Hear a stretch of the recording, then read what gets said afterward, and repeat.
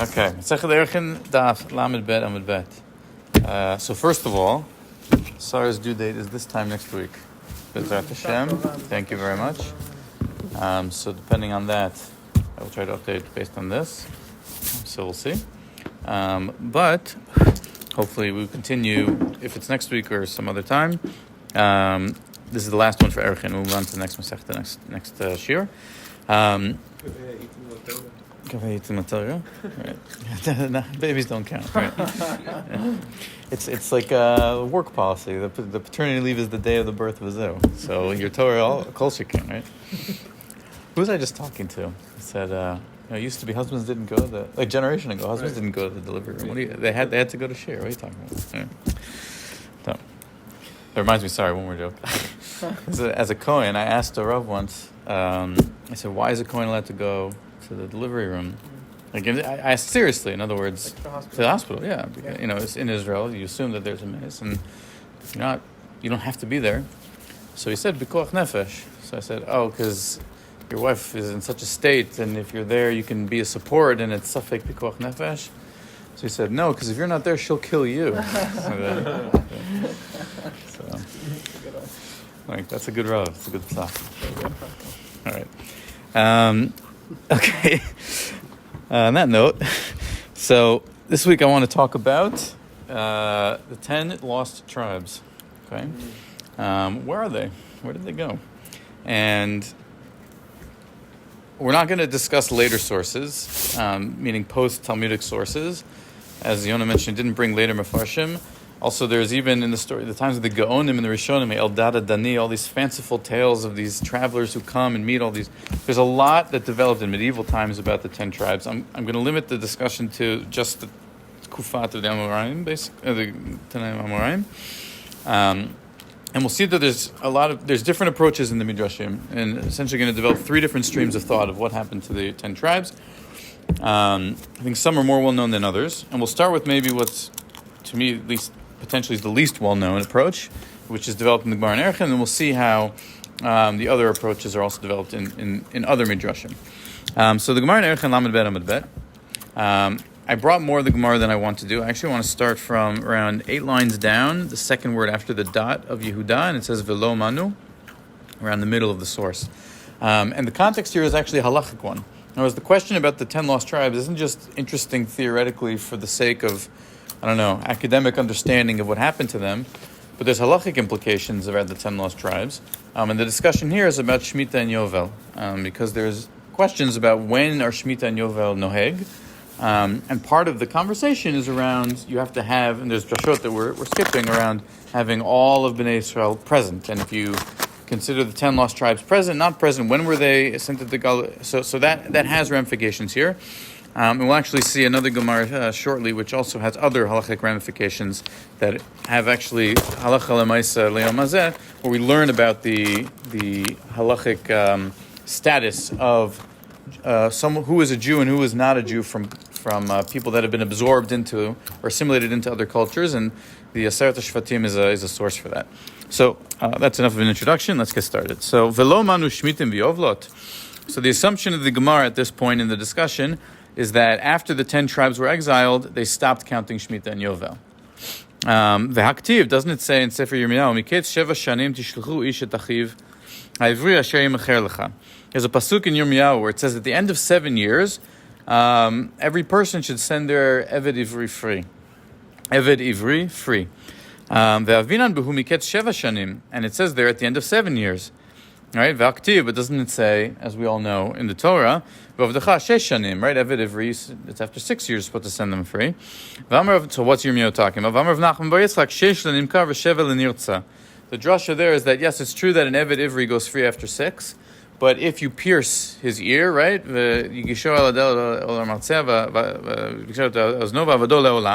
Olam, we say, is Yovel. So the minimum period for that is 7 years, if Yovel happens to be the year after his ear is pierced. And so that's what Yirmiyahu is coming to teach us, according to Rav Nachman, that Shesh lenimkar v'sheva lenirtza. So he's talking about Yovel and not this initial 6 years. That's how he resolves that. Fine. And then the answer given is, so that's the question, because Yirmiyahu lived after the 10 tribes were exiled. Okay, Yirmiyahu lived in the period leading up to the Churban, including the Churban. So if Yirmiyahu is talking here about Yovel, right, when he says Miked Sheva Shanim, but how can you tell me that there's... So that assumes that there was Yovel in the time of Yirmiyahu, right? If Yirmiyahu was saying at the end of 7 years, make sure to set your Avadim Ivrim free, but that's only in terms of Yovel, so Yovel must have been in effect when Yirmiyahu was around, and that was after the Aseret HaShvatim were exiled. So the Gemara says, who says that there was no Shemitah and Yovel in the time after the Aseret HaShvatim were exiled? And the Gemara answers, Ahu b'toch hachaktiv. So Yirmiyahu isn't speaking literally that they have to send their slaves free. He's giving more of a tochacha to the Jews of that period in that context. But the Gemara questions that and says, V'kamar navi hashalachtem v'aktiv v'yishmeu v'yishlechu. No, Yirmiyahu actually said, did you send them free? And the Torah, and then it says in that same parak in Yirmiyahu that the people listened and actually set their Eved Ivri slaves free. So it's not just some tochacha, but it was actual. And the Gemara comes up with the following response. Ela Amar of Yochanan, Yirmiyah hechziran, v'Yoshaya ben Amon malach alehem. Yirmiyahu the Navi brought the 10 tribes back to Eretz Yisrael, and Yoshiyahu, who was the king of Yehuda, he was their king. Uminalan the Hadur, and how do we know that Yirmiyahu brought them back? Tichtiv, it says in Yecheskel, Ki amocher alam mimkar lo yashuv, Efshar Yovel batel v'navi mitnabe alav shivatel. So Yecheskel has a nevuah about how Yovel will be nullified. So it doesn't make sense for Yecheskel to say Yovel will be nullified unless it existed in his day. And Yecheskel Yirmiyahu lived right before the Churban. Ela melamed שהחזירן Yirmiyah. Uminalan de Yoshaya malach alehem. How do we know Yoshiyahu was the king over them? Tichtiv vayomer ma'at Zion alaz asher ani ro'eh. There's a story with Yoshiyahu when he goes through his reform and comes and brings all of Bnei Israel back to do tshuva. So at one point he says, what is that marker there, that grave marker? There's this story earlier in Melachim, without going into it, this bizarre story of a Navi that comes and tricks another Navi and he ends up getting buried. And Yoshiyahu sees the grave of that particular Navi. But he came from Beit El. So the Gemara says, why is Yoshiyahu in Beit El? Beit El is all the way in the north. Yoshiyahu is Melech of Yehuda. Elek Yirmiyahu. So it sees from here a source that Yoshiyahu was also king over Beit El, also king over the Aseret HaShvatim. Yoshiyahu Melech Aleim. Rav Nachman Beitzchak Amar, Me'acha gam Yehuda shat katzir lech b'shuvi shvut ami. Okay, a source from Hosea. So, number one, where did the 10 tribes go? They were brought back by Yirmiyahu and they were ruled over by Yoshiyahu. So they actually returned to Eretz Yisrael. And although the Gemara doesn't say it, we could be reasonably conclude that then when there was the Churban a few generations later of Yehuda, so the Aseret HaShvatim went with them. But they somehow were intermingled with the rest of the Jews.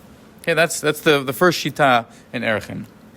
We see that this is actually used as a support for a different Agada in the Gemara in Megillah and Daf Yudal Amud Bet. The Gemara there goes through who the 7 Nevi'ot were. There were 7 female prophetesses, and one of them was Hulda. Hulda prophesied during the reign of Yoshiyahu Melech. They went to Hulda and she said, you're fine, there's going to be a Churban in the future, but because Yoshiyahu, you've returned to God, you're going to be okay. So the Gemara asks, Hulda dichtiv vayel chivkei kohen v'achikam v'achbor v'gomer uv'makom dekai Yirmiyah heichim mitnabayehi. So why did they go to Hulda if Yirmiyahu was alive at the time? Right, he was obviously the Gadol Hador Navi-wise.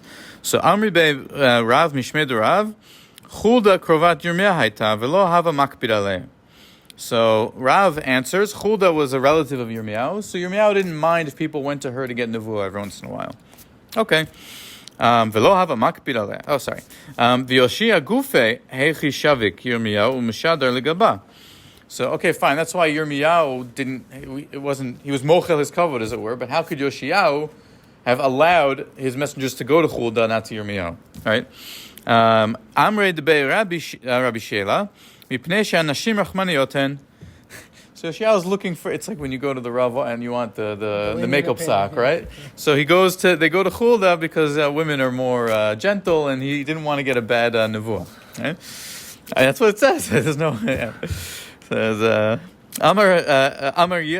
Rabbi Yochanan said, Yirmiyahu lo hava hatam. He says, no, that's not why. He wasn't even there. That's why. Why wasn't he there? She'alach le'achzir aseret hashvatim.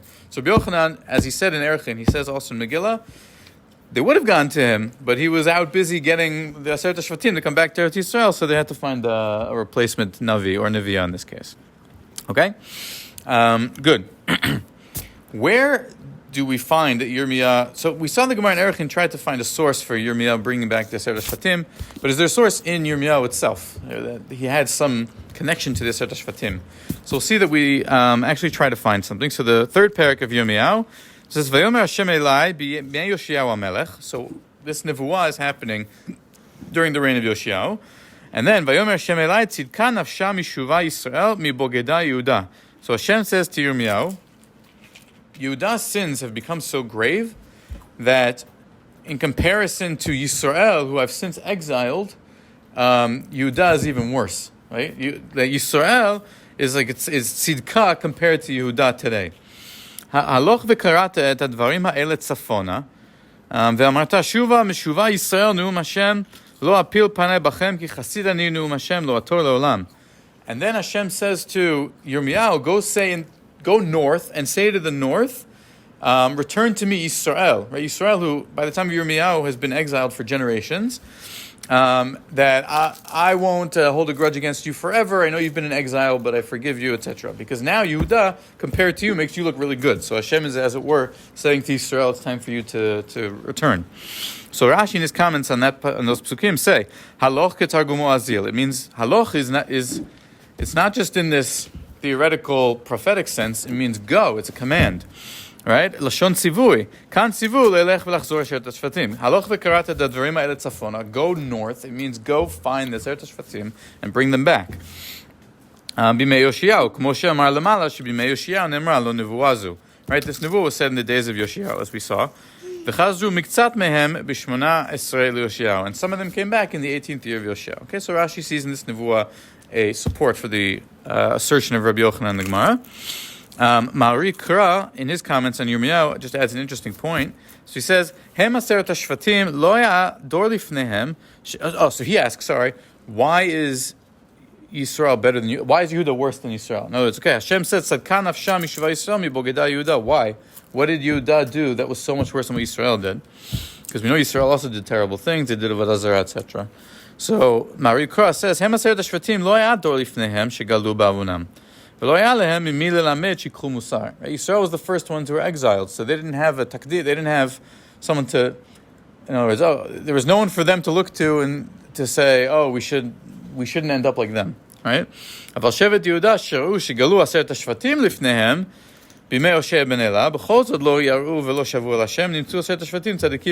interesting that his explanation of why, it's not that Yehuda did something fundamentally worse than Yisrael, it's just that Yehuda had Yisrael to look to learn from, and didn't let that internalize. Okay. And then just to the Radak, before we move on to kind of the next topics, the Radak says, Eino omer lenavi she'elech tzafona b'makom shegalu aseret hashvatim. So the Radak disagrees with Rashi. He says, Hashem isn't saying to Yirmiyahu to go find the 10 tribes, who by this point, and we'll see shortly, other sources are who knows where, right? It's not a literal command. Right? The Navi tells us that the king of Ashur exiled them to all these cities far away. Okay, they're all the way in the northeast, I guess. Haloch doesn't mean go get the 10 tribes back. Other means like hurry. What does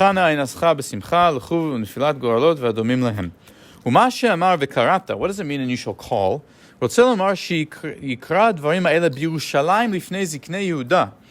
ויקרא דברים כנגד ישראל שגלו כאילו מדבר עליהם פנים בפנים.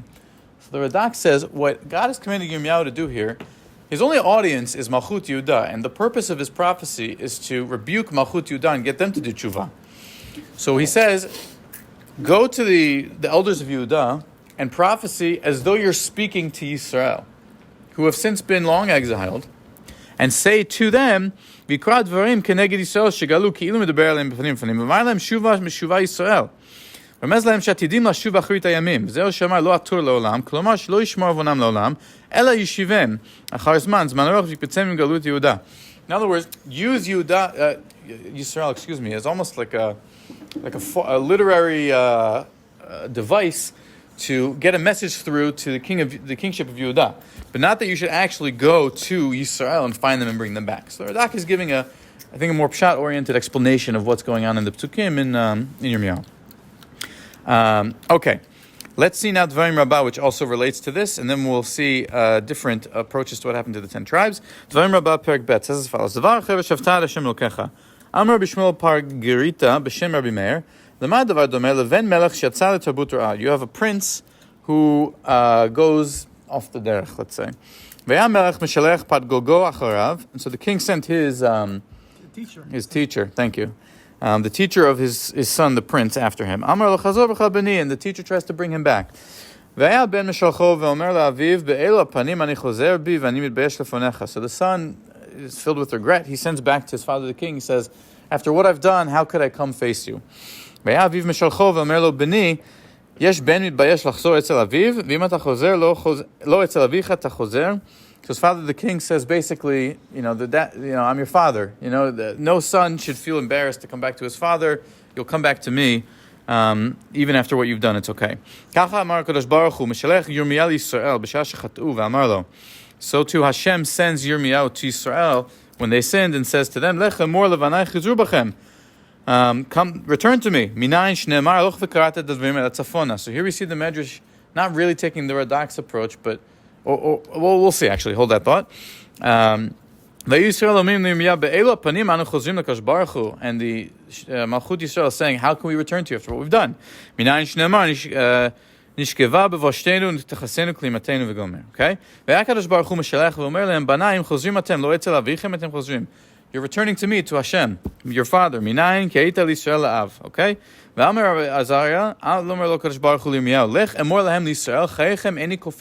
won't give up on you. You yearned for me at Har Sinai. Really, this could be read according to either approach, if I'm honest. Right? Either according to the Radak, that what this medrash is basically just coming and saying is emphasizing how Yirmiyahu was sent to Yisrael to tell them that there's always room for tshuva. Whether he literally went to the Aseret Shvatim and used that to bring them back to Eretz Yisrael and convince them, or whether he simply used that as a foil to get Malchut Yehuda to shape up, I guess you could read either one of the approaches, either the Radak or Rashi, into the Medrash in Dvarim Rabbah. Okay, so up until now, all this was an analysis of the opinion that the 10 tribes were brought back by Yirmiyahu and ostensibly reintegrated into the Jewish people. There's a very different approach in the Gemara in Yevamot on Daf Ted Zayin Amud Bet. It says as follows: Amar Rav Yehuda, Amar Rav Asi, Goy shekidesh bizman hazeh choshishin lekidushin. Shema me'aseret hashvatim hu. Anytime a non-Jew goes to a Jewish woman and says Hayat mikudeshet li, it's a suffix kiddushin. Why? Because maybe he's a descendant of the 10 lost tribes, and we have to be nervous for that suffix. Veha called the parish muba parish. But anyone who leaves a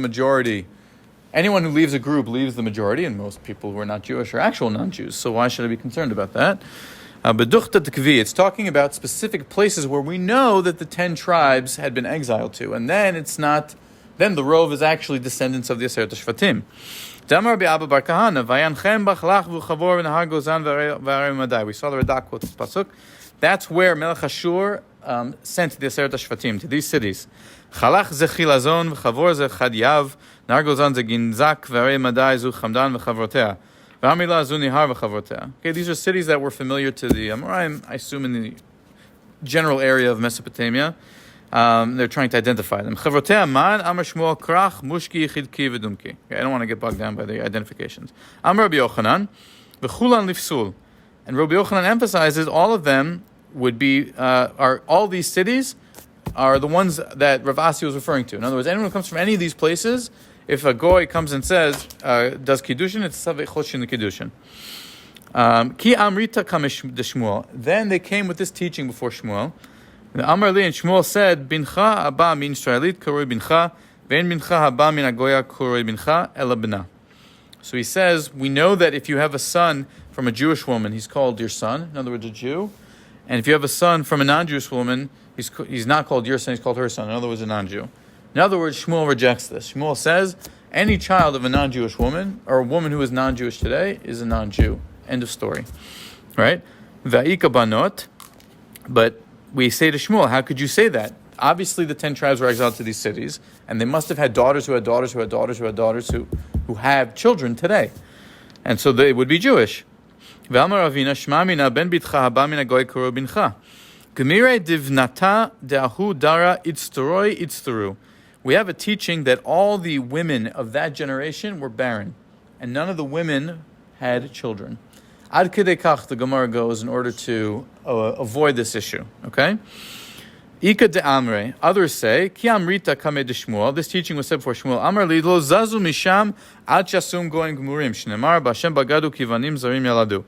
Shmuel basically says, the rabbis didn't leave when this topic came up. They made sure to find a reason to establish that all the people from these places were going. Right? That it's clear that there's almost a meta halachic discussion going on here, where it's not tenable to say that you have specific locations that hundreds of years ago there were some Jews that settled there. At a certain point, you have to draw a line and just say they're not Jewish anymore, because otherwise, in the davar sof, right? So that's the Gemara in Yevamot. But what we see here is that the question of the Aseret HaShvatim plays a role in, and this has very obvious relevance to this day, right? Where we ask questions all the time, like Moranos, or even maybe from the Soviet Union. There's generations. How many generations back do you have to go before you declare someone to be not Jewish anymore? So, you have stories of, I like candles, but I don't know where it's from, and it's from hundreds of years ago. Are they Jewish? They're not, So this is obviously a big halachic discussion, huh? Yeah. Okay.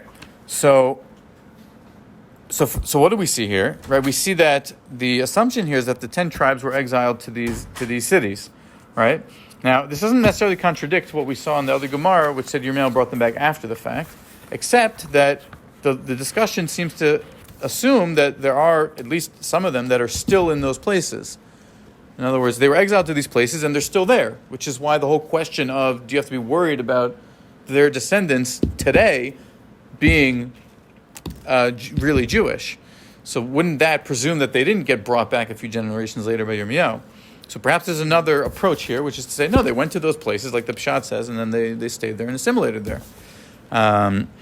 There's another, even if it's the same approach in the sense that they were sent to these cities, or they were sent away, but at different locations. The Gemara Sanhedrin Daf Tzadi Daled Amar Aleph says, Heicha Agle Lehu, where were the 10 tribes sent to? Marzutra Amar LaAfriki. Marzutra says Africa. Rabbi Chanina Amar LeHare Slug. You know where that is? I don't know what that is. But basically, there's different traditions that the 10 tribes were sent different places. And as I said, we're not going to go into the later, more fantastical, even there's like folkloric midrashim about where the 10 tribes went. But even in the earlier traditions, there's a famous river called the Sambation that is brought up. Right? Bereshit Rabbah Ayin Gimel. Vatikra Shmo Yosef Lemor Yosef Hashem Li Ben Acher. Okay, Yosef is it's talking about the birth of Yosef. Le'achar legalut. Why is Yosef called Ben Acher? Because he was the first child of Yosef was the first child of Rachel. So why does she name him Ben Acher? Acher must mean something else. Acher legalut, that he was destined to have a different exile. What does that mean? Amar B'Yehuda Rabbi Simon, lo lamakom shegalu aseret hashvatim gala shevet Yehuda v'Yamin. Right, that Malchut Yehuda was sent to a different place than Malchut Yisrael, which was Yosef. Aseret hashvatim galu lifnim min nahar Sambation. Shevet Yehuda v'Yamin mefuzarim b'chol haratzot. Okay, so here we have a new thing, a new location. The 10 tribes were sent past the Sambation River. What in the world is the Sambation River? Okay, so Rabbi Akiva and Tunis Rufus like to debate. Amar lo, Tunis Rufus said, Im ken lama kadosh baruch hu oseh bo melacha. They're talking about Shabbat. Okay, and whether Shabbat is a real thing, a real obligation, Tunis Rufus is challenging it. So he asked Rabbi Akiva a question. He says, if Shabbat is the day that God rested, why does the world keep running every week? Right? Nature continues, everything continues to flow. So how can you say that Shabbat is a day that God rested? Or rests every week? No, God rested the seventh day of creation, but then we celebrate Shabbat every week. Shouldn't that parallel God resting every week? But the world doesn't change. So Rabbi Akiva gives two answers. I really like the first one. I think it's a very clever answer. Amar lo, kazeh shu metaltel b'chatzero shel arba amot. So he says, right? So it's usher to carry on Shabbat in Rishus HaRabim. Right? From Rishut Yachid to Rishut HaRabim. You're allowed to carry whatever you want in your Rishut Yachid. He said, well, guess what? The whole universe is the Rishut HaRachid of HaKadosh Baruch Hu. So you can do whatever he wants. There's no malacha inside his Rishut HaYachid, which is the whole world. This is clever. He says, V'lo od ela nahar Sambatyon me'id, sheb'chol yamim hu moshech avanim v'chol u'v'shabat ninoach. And Rabbi Akiva says, but furthermore, there's an actual river in the world called the Sambatyon River, which flows 6 days of the week. It throws up rocks and sand, but on Shabbat, the river doesn't flow.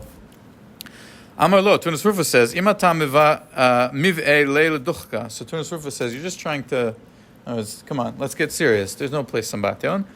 And Rabbi Akiva says, Amar lo, v'haktiv kivo shava mikol machto. I'm not 100% sure what that means, but I think Rabbi Akiva is insisting that the Sambatyon is a real place that really has these properties. And he's using it to try to refute Tunas Rufa somehow. Okay? Again, there's later midrashim that really go into a lot of detail about the Sambatyon and who's there and all sorts of stuff. But the Yalkut Shimoni, just to kind of expand on that a little bit, Shalosh Galuyot Ne'asu B'aseret HaShvatim, Achat Galta LaSambatyon. So there were actually three different groups of exiles. One went to the Sambatyon, Achat Galta Lifnim Sambatyon. One went past the Sambatyon.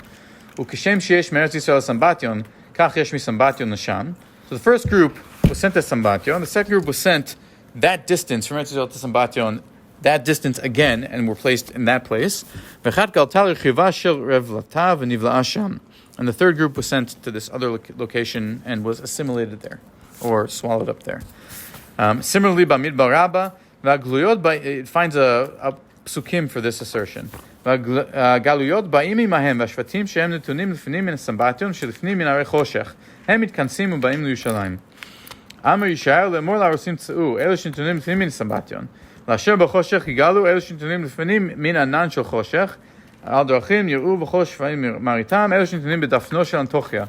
It adds here another source, Daphne in Antioch, which is in the other direction, Bichlal. That this Bamidbar Rabbah adds that yes, they were sent to these different locations, but they will all come back one day, right?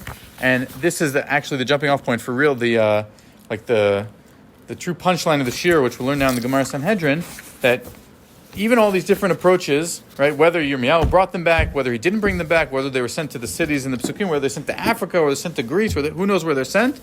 But everyone is in agreement until now that B'yemot HaMashiach, in the end of days, they will be reintroduced back into Eretz Yisrael, and they will be brought back along with Malchut Yehuda.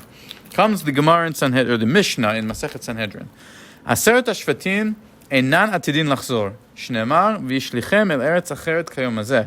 Ma hayom hulad ve'eno chozer, af hem holchim ve'enan chozrim. Divrei Rabbi Akiva.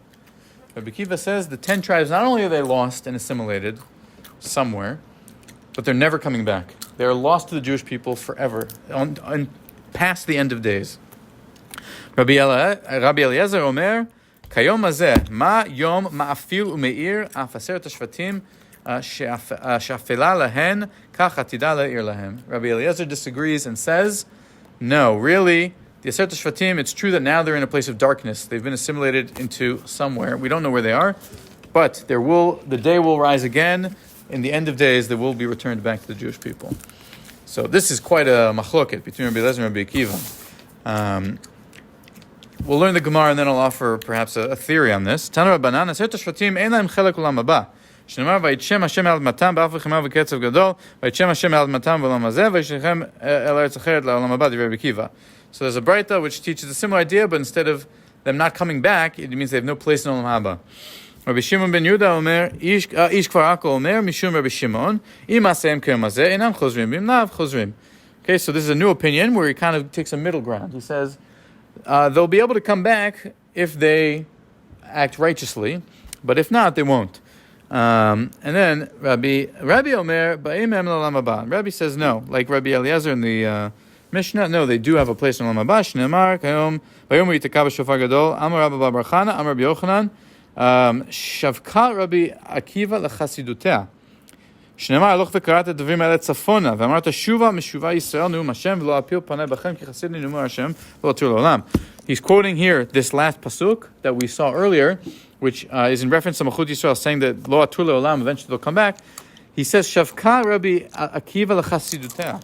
He says, Rabbi Akiva has discarded his piety by writing off the Aseret HaShvatim to oblivion, never to return, never to do tshuva, never to be brought back under the wings of the Shekhinah, never to inherit Olam Haba.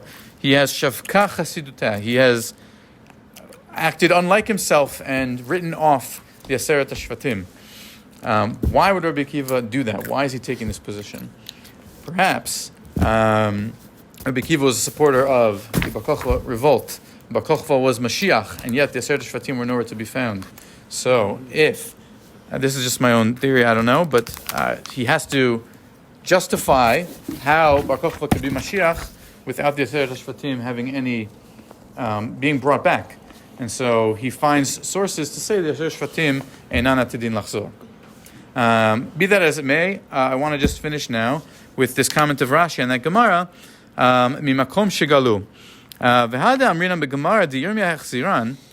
So what's the problem with this whole discussion? Rabbi Akiva says not only, Rabbi Akiva says they're never going to return, not anytime soon and not anytime Olam Haba. But wait, Yirmiyahu returned them 100 years after they were sent to Galut. Yirmiyahu returned them already. What are you saying? They're never going to return. They were returned. It's not a question of will they. It's happened. Lo שהחזירן kulan ela miksatam יחזיר. So Rashi says, yeah, Yirmiyahu went and returned them, but not all of them, just some of them. So when Rabbi Akiva says here, they're not going to get brought back, so he's talking about the ones that Yirmiyahu was not able to bring back that were left there and were assimilated. So Rashi's he's trying to keep the two different midrashic ideas to say, yes, Yirmiyahu brought them back, but he didn't bring all of them back. And just to conclude, this Rashi actually is problematic with the halachic discussion of the original Gemara. Because what was the halachic discussion? Shemitah and Yovel. And the whole idea of Shemitah and Yovel is to say, right, we skipped the drasha, but Ukratan Dorbaras l'chol yoshvea, bisman shekol yoshvea nimtzaim. So you have Shemitah and Yovel when they're all there. So if you're going to tell me, like Rashi says here, but the Gemara uses Yirmiyahu brought them back to say there was Yovel in the days of Yirmiyahu. But if you only brought back some of them, because Rashi's trying to understand Rabbi Akiva here, so then the Gemara's whole answer doesn't work, because the Gemara says he brought them back in order to say Yovel was brought back into effect, but some of them still stayed in Galut. So how do we understand that? So I think the answer would be, and I actually looked for this, I didn't find this in the Mefarshim, I assumed that I couldn't deal with this, I couldn't find it, but I think the answer could possibly be that the idea of Ukratim Dorlash L'chol Yoshvea, Kol Yoshvea is on the tribal level. In other words, it doesn't literally mean that every single Jew who exists has to be within the Gvulot of Eretz Yisrael, but just that every tribe has to be established in Eretz Yisrael. And so you can say that Yirmiyahu brought back the Aseret HaShvatim. The tribes were present in Eretz Yisrael. Yovel came into effect, but some individuals from 10 of the tribes were still present in Galut, assimilated there, and according to Rabbi Akiva, will never be brought back to Eretz Yisrael again. Yeah. A few things that one can infer.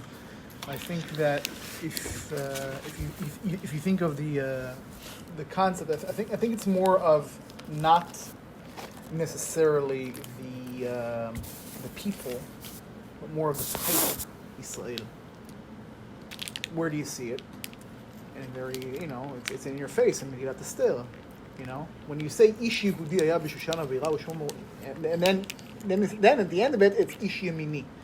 In other words, they speak of their national identity, and then at the end, the tribal identity. In other words, when the kingdom of Israel falls to Ashur, the title Israel, as the citizen of be a citizen or a subject of that state, of that kingdom, that has vanished. In other words, the title. So, because what do we say today in every wedding? Dat Moshe v'Yisrael. So there is the issue is still here today. we live in the state of Israel, but the people is the Jewish people. Right. So how do you bridge that issue? And it's not so. Whoever speaks today of Am Yisrael, one could ask, what do you mean? Right. What falls under the term Am Yisrael today? That needs to be asked, because if the title is gone, so I'm sure you had people, refugees, whatever, coming in, going south from the ex-Mamlechet Israel, and rejoining, because we know for a fact that we still had Yehuda, we had Binyamin. We know back in we had Shevet Shimon that was incorporated into Shevet Yehuda to begin with. They didn't have their own land. Shevet Levi part, because up until today the whole idea of the Levi in Kihuna is still there.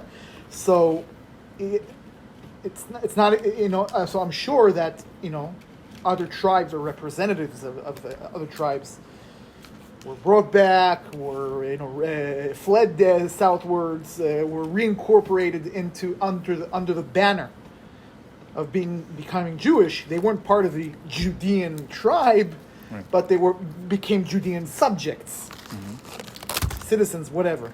So at the end of the day, we understand that with the destruction of the kingdom of Israel, the tribal identity has vanished. Right.